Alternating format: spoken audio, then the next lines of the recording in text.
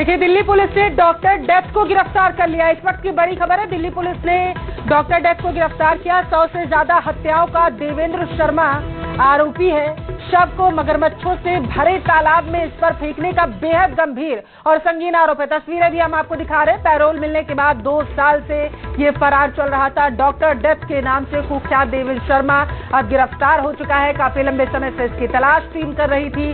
Delhi crime branch की team कई दिनों से दौसा में डेरा डाले हुई थी। इसकी धरपकड़ करने के लिए ज्यादा जानकारी लेंगे। संवाददाता आशीष हमारे साथ जुड़ चुके हैं। आशीष, जरा सा विस्तार से जानकारी दीजिएगा, कैसे गिरफ्तारी हुई है? बिल्कुल, राजस्थान के दौसा से इसकी गिरफ्तारी हुई है। देवेंद्र शर्मा इसका नाम है और ये एक सीरियल किलर है जिसको डॉक्टर डेथ के नाम से जाना जाता था, क्योंकि इसने आयुर्वेद की पढ़ाई की थी और उसके बाद में एक आयुर्वेद क्लिनिक भी चलाता था। लेकिन जैसे ही उसको एक गैस एजेंसी का जो कार्य किया था उसमें उसको घाटा लग गया था। उसके बाद उसने अपराध की दुनिया में कदम रखा। बताया जाता है कि इसके करीब 50 के करीब हत्याएं की हैं और जो ऑर्गन्स का जो व्यापार था वो उसमें भी ये लिप्त रहा है। किडनी कांड, जो एक फेमस किडनी कांड हुआ था, जो कि किडनी बेचने के घटनाक्रम में ये शामिल रहा था। और वैसे ये मूलतः अलीगढ़ यूपी का रहने वाला है और बिहार में इसने आयुर्वेद की पढ़ाई की थी और उसके बाद में दिल्ली, हरियाणा और राजस्थान में कई हत्याएं की थी। ये जो टैक्सी ड्राइवर होते हैं और ट्रक ड्राइवर होते हैं, इन लोगों की हत्याएं करता था और इनके जो अंग है उनको निकाल कर बेचने का काम करता था और उसके बाद में जो बॉडी है उसको मगरमच्छों को खिला देता था। इस तरह की जो वारदात में ये शामिल रहता था और पिछले 2023 में ये पैरोल से फरार हो गया था और पैरोल से फरार होने के बाद दिल्ली की क्राइम ब्रांच इसकी तलाश कर रही थी।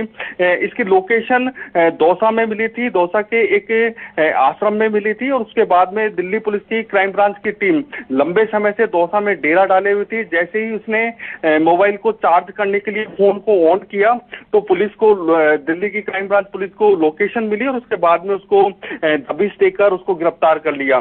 अब उसे दिल्ली ले जाया गया है। फिलहाल आरोपी से लगातार पूछताछ की जा रही है और भी जो हत्याकांड है उनका खुलासा हो सकता है। फिलहाल दिल्ली की क्राइम ब्रांच पुलिस पूरे मामले की जांच कर रही है और उससे पूछताछ भी की जा रही है। जी आशीष, 2004 में पहली बार ये हत्थे चढ़ा था और जब पैरोल पर इसे छोड़ा गया 2023 में, तो उसके बाद ये रफू चक्कर हो गया था और टीम लगातार इसकी तलाश कर रही थी। जरा आप मुझे बताइएगा कि राजस्थान में कितनी संख्या में टीमें जो तैनात थी इसकी धरपकड़ करने के लिए, कब से तैनात थी, कैसे इसे गिरफ्तार किया गया, ऑपरेशन कैसे चलाया गया? बिल्कुल, ये ऑपरेशन काफी गुप्त ऑपरेशन था, क्योंकि दौसा की जो राजस्थान पुलिस है, राजस्थान पुलिस को बिल्कुल भी भनक नहीं लगने दी और पूरा। आशीष, हमारे साथ बने रहिए आप। दिल्ली से संवाददाता शंकर आनंद हमारे साथ जुड़ चुके हैं। शंकर, डॉक्टर डेथ गिरफ्तार हो चुका है, यानी कि देवेंद्र शर्मा अब क्राइम ब्रांच की टीम के हत्थे चढ़ चुका है। जरा ऑपरेशन कैसे सक्सेसफुल हुआ है बताइएगा, क्योंकि लंबे समय से इसकी तलाश थी।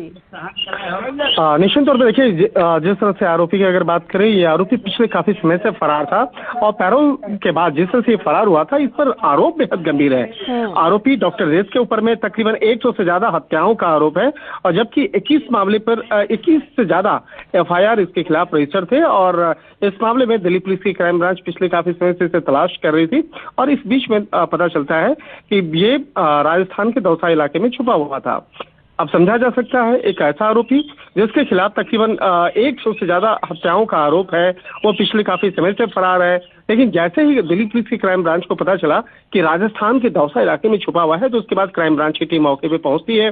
कई दिनों तक तफ्तीश करने के बाद आखिरकार इसे गिरफ्तार कर लेती है और जिस तरह से अगर इसका बैकग्राउंड देखा जाए तो इसकी पढ़ाई लिखाई जो MBBS किया था इसने बिहार से किया था।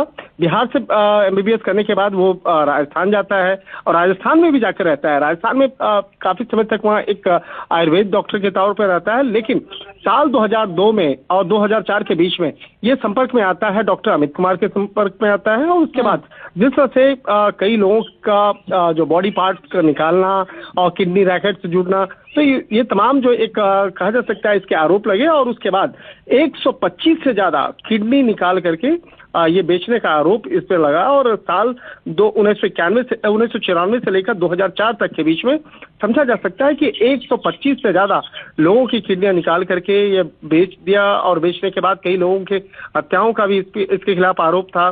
तो इन तमाम मामलों की गंभीरता को देखते हुए जिस तरह से अब इसकी गिरफ्तारी हुई है, गिरफ्तारी के बाद अब विस्तार से तफ्तीश का दायरा आगे बढ़ेगा और कहा जा सकता है आने वाले दिनों में इस मामले पर कुछ और भी गिरफ्तारियां संभव है। जी, तो आपको ये लग रहा है कि कुछ और नाम जो है वो सामने आ सकते हैं? निश्चित तौर पर देखिए, जिस तरह से दौसा की अगर बात करें तो दौसा में एक सन्यासी का भेष बना करके एक आश्रम में रह रहा था। हाँ। और इस मामले पर अब इससे विस्तार से पूछताछ की जाएगी कि वो कौन कौन से आरोपी अन्य हैं जो इसके संपर्क में रहा है और जिस तरह से इसके रैकेट जुड़ा हुआ है और 125 लोगों की हत्या का जो आरोप है इसके खिलाफ। तो इन तमाम मामलों पर अब विस्तार से जब इससे पूछताछ की जाएगी, दिल्ली पुलिस की क्राइम ब्रांच इससे पूछताछ करेगी, उसके बाद कई और भी लोगों का नाम सामने आ सकता है।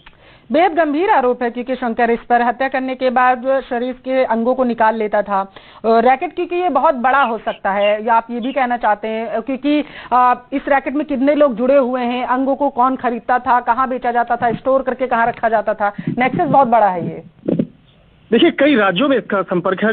दिल्ली की बात करें, हरियाणा की बात करें, उत्तर प्रदेश की बात करें, राजस्थान और कई राज्यों में इसका जो नेटवर्क बना हुआ था। और कई राज्यों में जिस तरह से कहा जा सकता है कि सबसे पहले बॉडी पार्ट्स को निकालना, उस बॉडी पार्ट्स को बेचना और कई लोगों की हत्याओं के करने के बाद उसके जो बॉडी पार्ट्स हैं ये एक तालाब में मगरमच्छ के सामने बॉडी पार्ट्स बेहद गंभीर है। गिरफ्तार हो चुका है देवेंद्र शर्मा। देखने वाली बात ये होगी आगे एक्शन और किस तरीके से लिया जाएगा और किन किन के नाम सामने आ सकते हैं। दौसा से संवाददाता आशीष, दिल्ली से शंकर आनंद हमारे साथ जुड़े हुए थे। बहुत शुक्रिया जानकारी साझा